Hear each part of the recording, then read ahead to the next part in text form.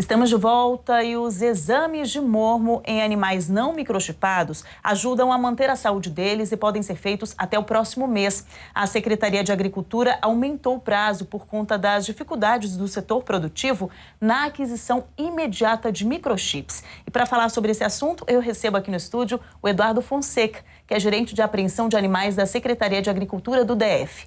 Muito bom dia, Eduardo. Bom dia. Vamos começar, então, falando um pouco sobre a doença, né? O que é o mormo? O mormo é uma doença bacteriana que contamina principalmente os equinos, né? Os equídeos, né? No total. Então, equino, cavalo, égua, os moares, o burro e a mula, e os asininos, que são o jumento e a jumenta. O que causa no animal, especificamente? Ela é uma doença primariamente respiratória. A característica dela principal é respiratória, com secreção nasal, aumento de linfonodos, tá? Descargas oculares também, tá? E pode matar o animal? Se ela chegar no estado muito grave, sim. Né? Ela é uma doença que ela pode evoluir ao óbito, sim. E essa doença pode ser transmitida ao ser humano?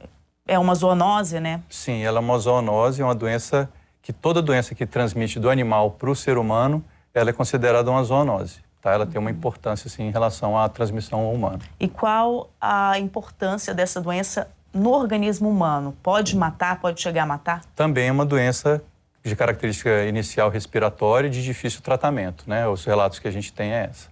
E como é que é feito o exame de mormo?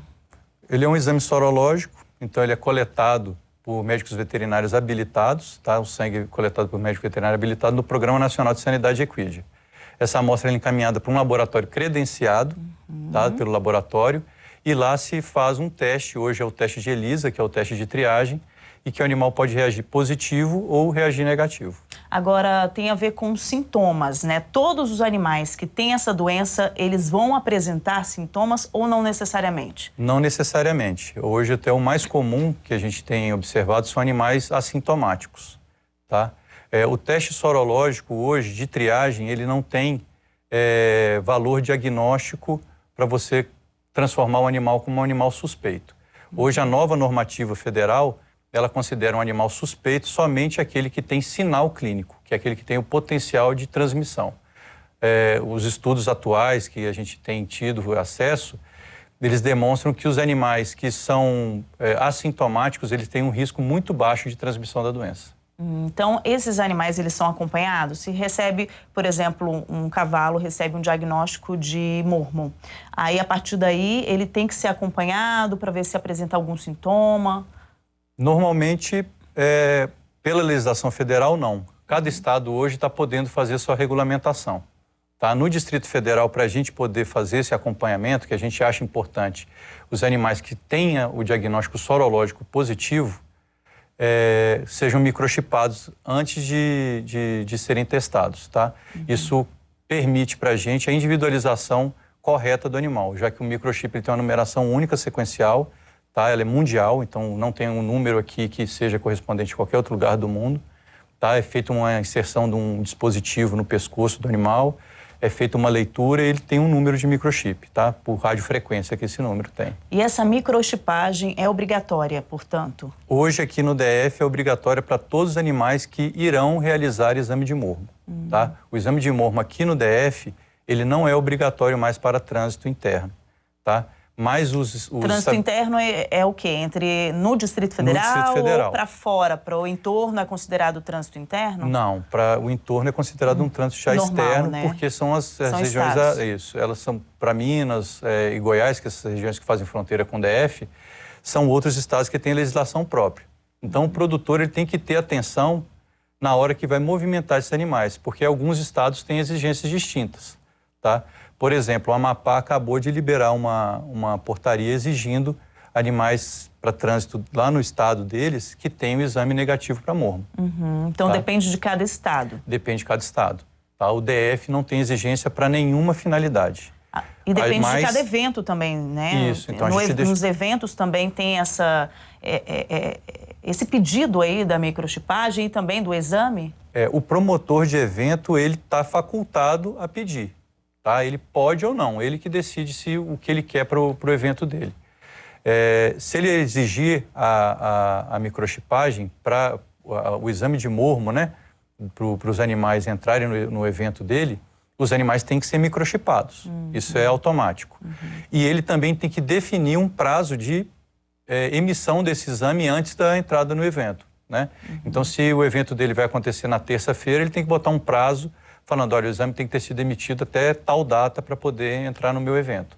E a partir desse momento, ele comunica à Secretaria de Agricultura, quando ele faz uma solicitação, né, para o evento dele, e a Secretaria de Agricultura se atenta a essas exigências. Lembrando que, para transitar com o animal, não tem problema nenhum sem o exame de mormo. Mas para entrar no evento, aí é uma coisa exclusiva do evento, ele teria que ter o exame. Que aí tem esse pedido da direção aí do evento, né? E não tem nenhuma restrição, não tem nenhuma autuação, multa, nada relativo com essa informação, com a falta dessa documentação para poder fazer o trânsito. Então, se o evento exige, mas o animal foi abordado numa ação de fiscalização de trânsito, por exemplo, sem estar com o exame de mormo, isso não vai ser exigido do transportador. Agora, esse prazo aí que o produtor tem, né? Tem uma penalidade caso não faça esse exame de mormo ou a microchipagem? Como é que é, ou não? Não. O exame de mormo, depois que teve emissão a portaria do Ministério da Agricultura, ele não tem mais prazo de validade. Ele é o exame de triagem, né? Que é aqueles feitos pelos laboratórios credenciados. Eles não têm mais prazo de validade. Cada estado pode definir o seu. Ele é como se fosse um exame de Covid, né? O exame de Covid não tinha um prazo de validade escrito. Sim.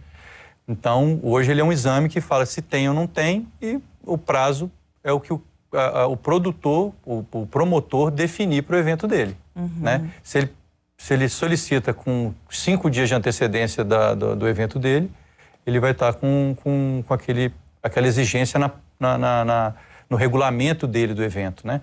Então, é uma coisa específica para o evento. Em relação ao Estado, o DF não exige, de forma alguma, a exigência de microchipagem dos animais, nem exige a emissão do laudo negativo de mormo, né? Do exame negativo de mormo para trânsito. Só vai ser exigido, mas também não tem penalidade, tá, para o produtor, se, no caso, ele quiser fazer um exame de mormo daquele animal, independentemente do motivo. De repente, ele tem um animal que ele está adquirindo e ele tem interesse de saber se esse animal é sorologicamente positivo, ele pode exigir do vendedor, né? Se ele solicitar esse exame, esse animal tem que ser microchipado, de animais que estão aqui no DF, tá? A gente tem que lembrar disso, falando sempre do Distrito Federal. Animal albergado aqui no DF, tá? Ele tem que ser microchipado, e aí o número do microchip vai num documento que é encaminhado para esse laboratório credenciado, que é um documento que chama resenha gráfica, né? Uma requisição de exame. Ele faz toda a identificação do animal e inclui o número do microchip.